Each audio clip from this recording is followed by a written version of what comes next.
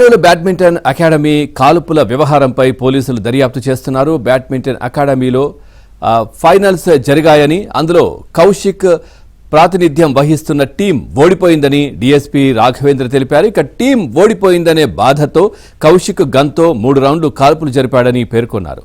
కౌశిక్ ను అదుపులోకి తీసుకుని విచారిస్తున్నామని తెలిపారు.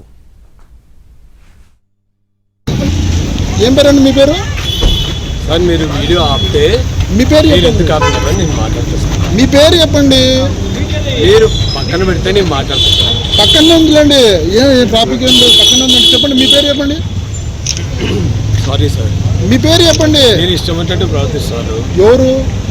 మీ పేరు చెప్పండి అంటున్నాము, ఇష్టం వచ్చినట్టునా?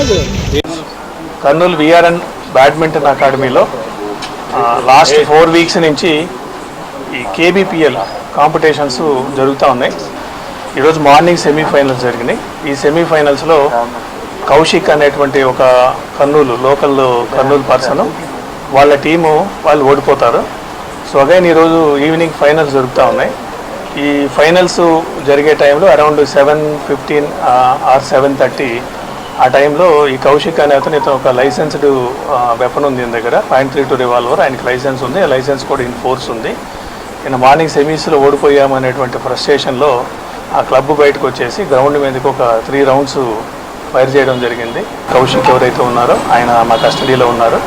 సో మేము ఆ వెపన్ అది కూడా సీజ్ చేయడం జరుగుతుంది. లైసెన్స్ కూడా రివోకేషన్కి కలెక్టర్ గారికి త్రూ ఎస్పీ గారి ద్వారా అది అడ్రస్ చేయడం జరుగుతుంది. ఇంకా ఫర్దర్ డీటెయిల్స్ అన్నీ కూడా మేము ఇన్వెస్టిగేట్ చేస్తూ ఉన్నాం. ఇన్వెస్టిగేట్ చేసి ప్రాపర్గా కేసు ఇన్వెస్టిగేట్ చేయడం జరుగుతుంది.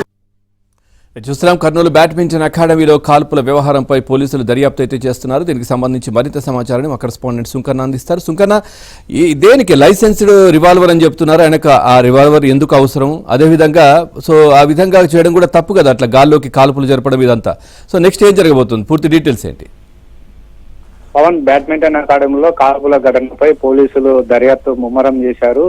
కాల్పులు జరుపుకున్నటువంటి కౌశిక్ ను, అదేవిధంగా అతని ఫ్రెండ్ అశోక్ రెడ్డిని కూడా పోలీసులు అరెస్ట్ చేశారు. పరారులో ఉన్నటువంటి శ్రీకుమార్ రెడ్డి కోసం కూడా పోలీసులు గాలింపు చర్యలు చేపట్టారు. అయితే ఇద్దరిని అదుపులోకి తీసుకున్న తర్వాత అయితే ఆ లైసెన్స్ రివాల్వర్ అది ఉందా లేదా అని కూడా పోలీసులు దర్యాప్తు చేశారు. అయితే పోలీసుల దర్యాప్తులో కౌశిక్ రెడ్డి కాల్పులు జరిగినటువంటి రివాల్వర్ కు లైసెన్స్డ్ రియల్ ఎస్టేట్ వ్యాపారి, బ్యాడ్మింటన్ అకాడమీలో ఓడిపోయానని, అయితే పోటీల్లో ఓడిపోయాననే ఫ్రస్ట్రేషన్లోనే కాల్పులు జరిపినారని కూడా పోలీసుల విచారణలో వెల్లడైంది.